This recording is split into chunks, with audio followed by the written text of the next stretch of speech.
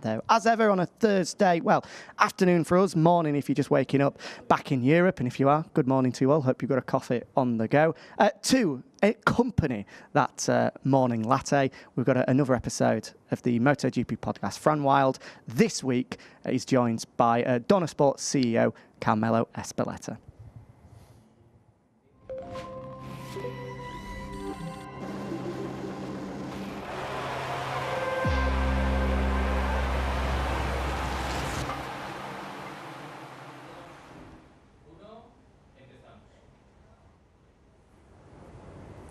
So, welcome to everyone listening and watching to another episode of Last on the Brakes.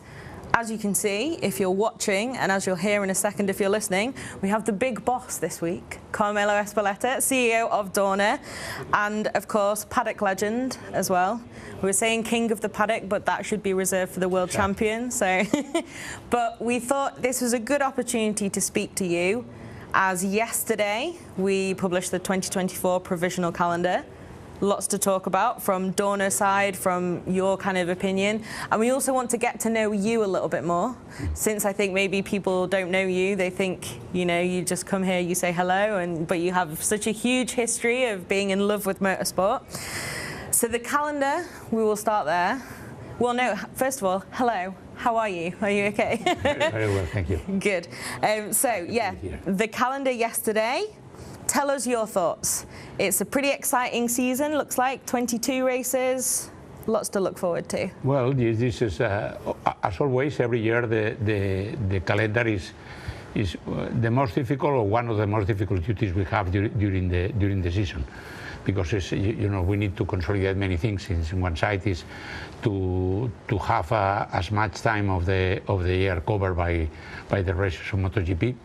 Then we want to be in all the homes as much time as we can, but obviously we need sometimes in between the seasons to prepare the new bikes or something like that, also for make the test. Then the first thing is to try to allocate the best data from March to November.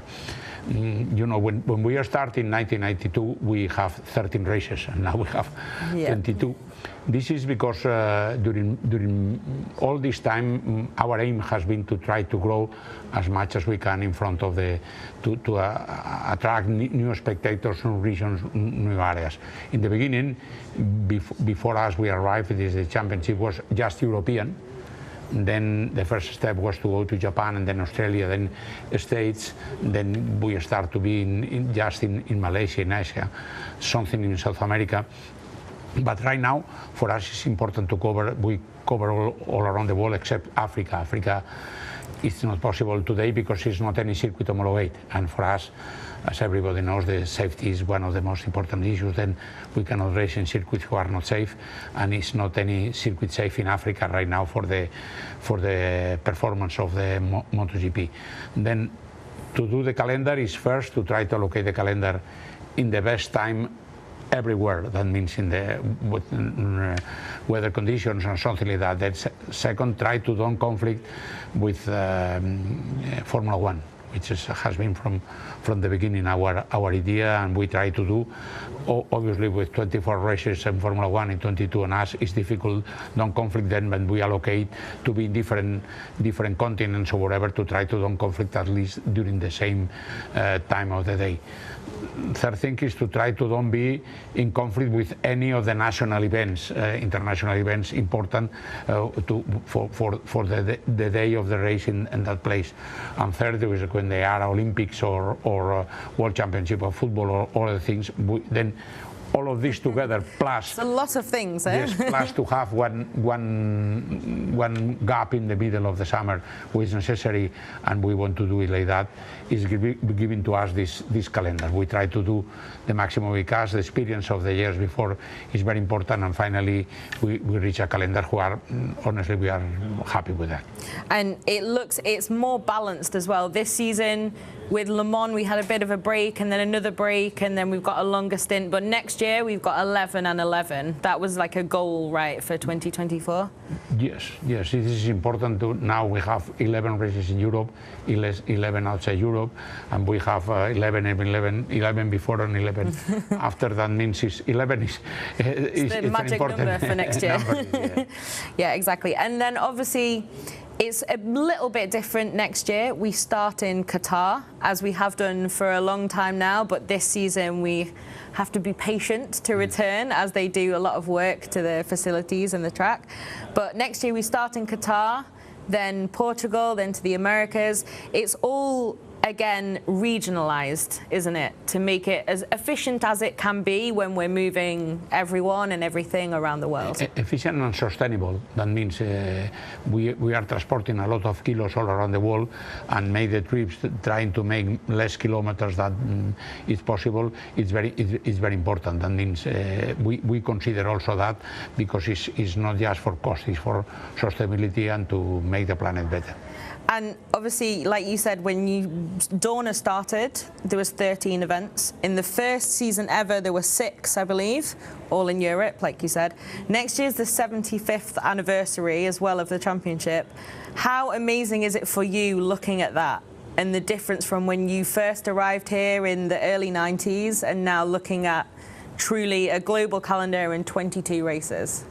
Well, this is always a challenge, you know, since the beginning, since we started in 1992 together with IRTA and the FIM and later with MSMI, we try to consolidate a calendar which is really good for the industry also. That means we have a big presence now in Asia. Asia is the country, is the region of the world where the motorbikes are more development right now, and we think it's very important to be in 6 countries in Asia to try to develop that. Also, we are in South America. Our idea is to continue like that, and if one day is possible, go to Africa also. Then it's every continent, or every inhabited continent, right, I think is the... Well, like we said then, Asia, huge market for the sport. And we just arrived here in Japan, which is obviously home of Yamaha, Honda as well, and plenty of other manufacturers who've played their role in the sport. But we just arrived from India and a very history-making first event there. How important is it to bring the sport to these new places? Like, we went to Lombok for the first time last year. That's a real focus, like you said, right, as well, for the factories as well as the fans, and not just, you know, oh, we like this track, we'll go there. There's a lot of reasons why we go where we go. It's everything. That means the track must be good, but really we cannot forget the importance of the motorbike industry in the region. In India, maybe there are more than 200 million bikes, and it's very important. Then we see how is the intention. When we talk the first time to go in India, all the manufacturers we have, they give to us the interest to do that. Really was challenging, because in this circuit was not races since 2013, and our team all together, I am extremely happy that they were made at all the paddock to try to accommodate the races. Is difficult, and I'm completely sure after the experience of this year, next year will be much better. And it was a cool event, though. It was. Yeah. It's always fun to see a new race, but especially when everything is new at once. Well, as I repeat, the Grand Prix has been difficulty for many things, but in the end, we are extremely happy with the Indian event. And did you enjoy watching it? Because you watch all of them, don't you? You sit down and you always watch the races. You still love them. It was good races now. The battle for the podium was good. So that's the other thing we were saying I wanted to talk to you about, because I don't think people know you and your history so much. They maybe think you appeared in the 90s and thought, oh yeah, I'll do that, without any background in the sport. But you loved motorsport probably the earliest it's possible. yeah, it's true. You were saying... When I was 5, I was living in Barcelona, and my father bring to me a Formula 1 race it's called Peñarrín, in the diagonal of Barcelona. That means now when we think in the Formula 1 was passing in this, it's this crazy street, to think, eh? It's crazy thing, but was like that. It was full of people. Then I was 5 years old. I went with my father, and I was completely amazing about the the noise, the smell, the cars. This time the cars has always with the national colors. Then everything was astonishing for me. And also we have the opportunity to go to the dealer of Mercedes, who were the cars there, and they see all the silver arrows there. Then I was completely astonished about that. Then just immediately fell in love. Yes, immediately I started to be for my father, please give me. And then the following race was a 24 hours of MotoGP of bikes.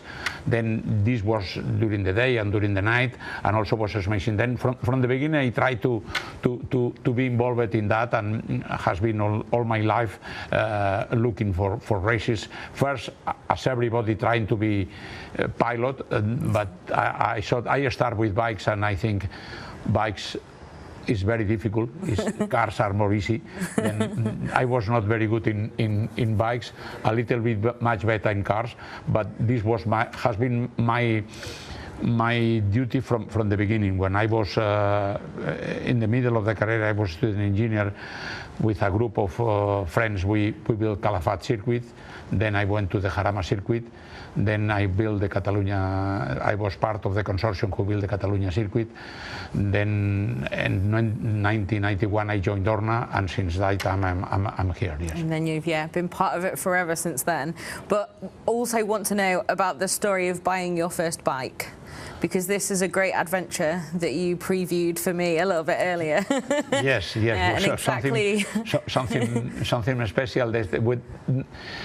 I was looking to, because I was going to before I have my first driving license at 18, was the earliest possibility.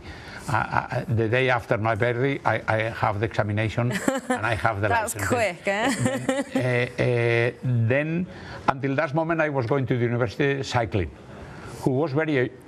Today everybody is using cycling, but in this time I was completely alone.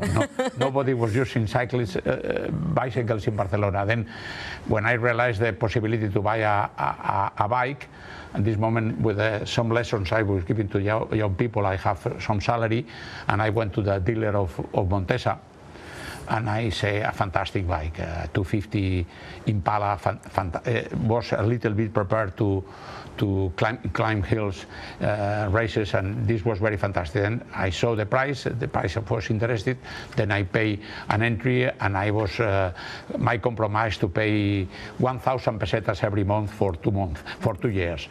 But the problem was because I was less than 21, and then I have not the right to sign this kind of credits. Then I was trying, then said, okay, you need the permission for your parents.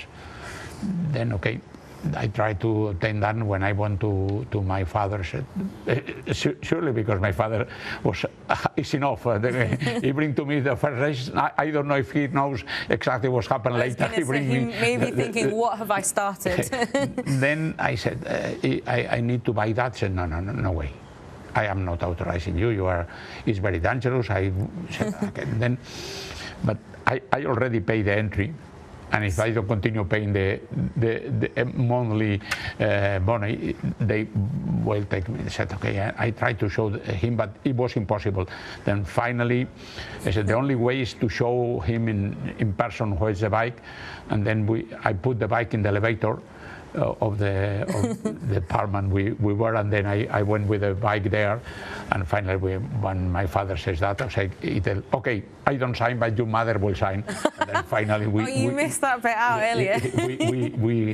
we have the bike, and with this bike I start to compete in some races in I was going to say, and what did you compete in? What kind of races were you doing? The first race I compete was in a climb hill in Barcelona called La Rabasada, which almost in middle Barcelona. I was going to say, yeah. Yes, and then this was the first. And after that, I was trying to compete in many other things, many street circuits or something like that, but really was very difficult. It's not any school, it's not any lesson. I try to be good, but when I realized the second step, I can have a car, then I start to participate in a cup, everybody with the same car, and then it was Renault R8TS, and then in this competition, I start to be a little bit more successful. So what kind of results were you getting on the? When did you decide, okay, maybe bikes, as much as you love them, maybe you weren't going to get the results that you wanted? I never was in bike. I never was in any podium. That means I think the best result maybe was 4th or 5th in a junior race. Then bikes is difficult. Bikes is very difficult. What our riders do, the people need to understand that this is a very, very difficult duty. Every sport in the top level is difficult, but the things our guys do in here, Moto3, Moto2, MotoGP, Moto E, everything, this is very difficult. Yeah, it really is. I mean, I still don't have a license.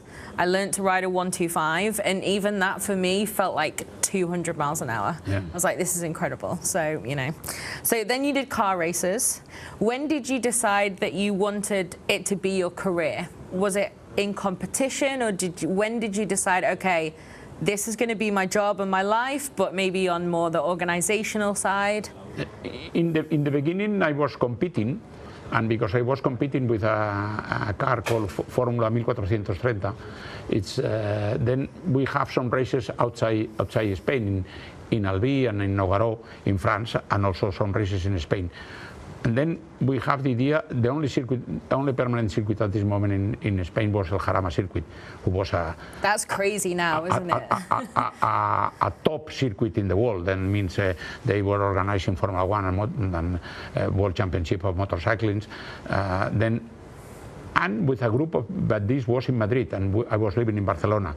Then it was 600 kilometers far away, we cannot test, whatever. And then we have a crazy idea between some friends to try to build a racetrack in Catalonia, in Barcelona, 150 kilometers to the south of Barcelona.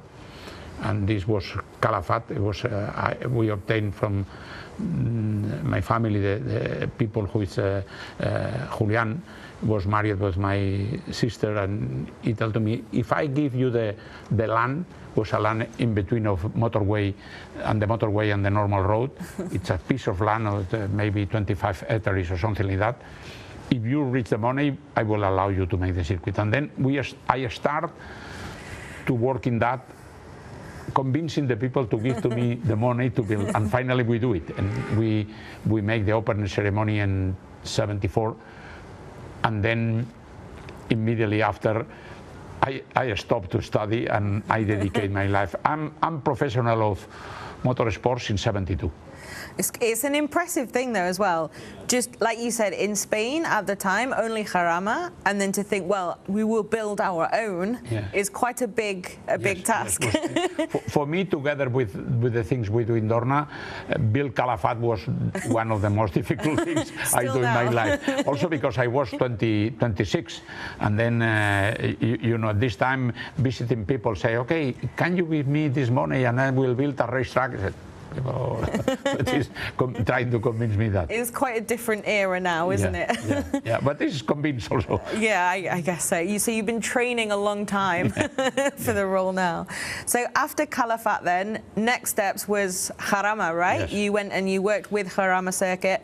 What were you doing there as part of the Jarama organization? Was completely different world. Then the people of Jarama, the president of Jarama was Fernando Falcó, approached me and said, it is true that you are running the Calafat and you don't lose money?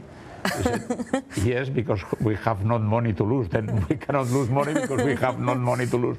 Then I went to Jarama in March '78. In the beginning, just to help them in the organization, but 2 months later they said, okay, let's come integrate in the team, and I was nominated when I was 32, director of the Jarama circuit, and this was completely another world. All the economical penalties we have in Calafat was the opposite. We were part of the Royal Automobile Club of Spain. This year we organized Formula 1, MotoGP, everything. Then it was another world. And during this, I was 10 years in in the Jarama circuit and the Royal Automobile Club of Spain, and we organize everything. We were organizing rally, the Spanish rally. We organized the... everything means everything, doesn't it? Then also we have a team of rally who participate in the Spanish Championship and in the World Championship with Carlos Sainz. The managing director of Carlos Sainz's father, who bring him to the World Championship, was me. Then it was my friend also before, and then in the end of '78, finally, in Catalonia decided to build a racetrack in '88, and then. I was going to say, how did this happen now? Because you've had success then with Calafat, which is, for people who don't know, further south of Barcelona. Yeah. But the Circuit de Barcelona Catalunya is right next to the city. Yes. How did that project get born, and what was your part in it? In Barcelona, there are an incredible interest for motorsport from the beginning, but for many different reasons, it was impossible to build a racetrack. Then finally, with an agreement a little bit before the Olympic Games, everything was boiling in Barcelona. Then is when the Royal Automobile Club of Catalonia, the president was Sebastián Salvador, joined me and we talked, and then he said, okay, I have the experience to run Calafat and then Jarama, and then I joined a body called Consorcio for the construction of the Catalunya circuit. Then we was another world to build a racetrack with the system racetrack, but we are racing in MotoGP and also Formula 1. It was something amazing, and I was there from September '88 until March '91. And this was when Dorna obtained the rights. I was not in Dorna, but Dorna obtained the rights from the television rights from the FIM. And then I joined Dorna, and since...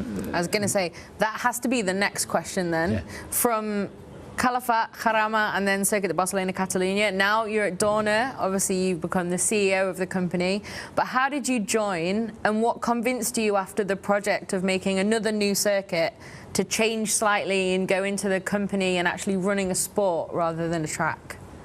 Well, in fact, what I was doing since Calafat is organize races. That means it is the duty of organize the World Championship, who never I thought was possible in my dreams, you know. Then the thing was when the Dorna, the company at this moment was called Dorna Promoción del Deporte, and they are doing many other things. They were the rights of television rights of the Spanish Soccer League. They have the marketing rights for the most important football teams in Spain, also basketball. They have many things in NBA also. And when they realized there was a tender to obtain the rights of MotoGP, the World Championship, then they attend. We didn't know, and then one day appeared in the Congress of FIM in Hungary in 1990. There was news in the newspaper. I knew from the newspapers. A company called Dorna Promoción del Deporte has sustained the rights of motors. Then I was involved at this moment in the construction of the Catalunya circuit. And did you think then, this is a great opportunity for the track I'm building, or were you thinking about becoming part of... No, I was thinking, I said, okay, if these people has the rights of television rights from the races, and we are thinking to organize the World Championship of MotoGP or FIM Road Racing World Championship Grand Prix, who was the name at this time, I say, okay, it's better to be in contact with them. Then I was in contact with them, and then I realized they didn't know nothing about motorsport. And then when Dorna arrived in the beginning to this championship, was a big opposition from everybody, from the paddock, from the sponsors, from the manufacturers, from everybody. And the only people who know something about that is me. Then I joined Dorna because really they proposed to me to join, to try to help them to set up a little bit the things, and we do different things. It was a historic press conference in Jerez who was a disaster. Oh, no. All the paddock almost insulting us. But then was an opportunity. We need to see if there's video of that, if that's that historic. Yes. And I am a close friend of all of them today, but at this moment we were the enemies. Then was an opportunity during end of the summer of, no, beginning of the summer of '91, it was when the Yugoslavian war started, and the Grand Prix of Yugoslavia in Rijeka was cancelled. And then I asked to the FIM to give us the right to organize a race in substitution of the Yugoslavian Grand Prix, trying to convince to the paddock that we are able to organize and the race was very good. The race was very good. Many of the people who are in Dorna right now, some Pep Vila, Manel Arroyo, Jordi Pons, they were with me trying to organize with all the experience we have before.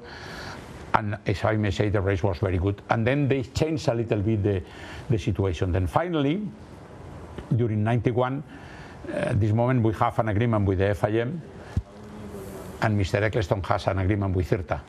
And then during the summer of '91, we joined both agreements, and we start to organize the championship precisely in Japan, in Suzuka, in 1992. Oh, that's perfect then. I didn't realize it was exactly in Japan. Yeah. Yeah. And then, yeah, I mean, the rest is history. It must be pretty incredible for you looking back on all of that now, to sit here in Japan and see what we have now, and we just came here from India. What's your kind of general feeling? Do you feel proud of what you've achieved? What do you think else is there to achieve? What's your goal now with the sport? Well, in Japan, 1992, the Dorna people, we were six. Six people. Now we are 400. Even my pass is 116, I think, the number, and I'm... then really, the life has changed a lot. You know, from the beginning, we were saying, okay, let's do this season. Let's do this season. Let's try to do next race, because was difficult. We are entering in a world where really we know about races, but we didn't know about the general things or whatever. That we were so ambitious, trying to say, okay, let's do it well, very well. Let's work hard, and let's do it as much good as we can. Of course, we made many mistakes, but step by step we were trying to go. And since after 2 years running the championship, we start to be popular. That means in the paddock. Not so many insults. Exactly. Well, I mean, it's worked out quite well, hasn't it, in general? But I think I won't take any more of your time, because we're almost at half an hour now. Yeah.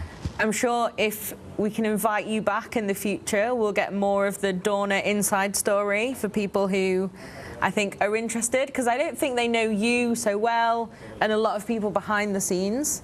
So thank you so much for joining us and for your time, and enjoy what is apparently a pivotal event, the anniversary Japanese Grand Prix of racing together. And thank you. Thanks to you. Thank you. Thanks. It was a pleasure.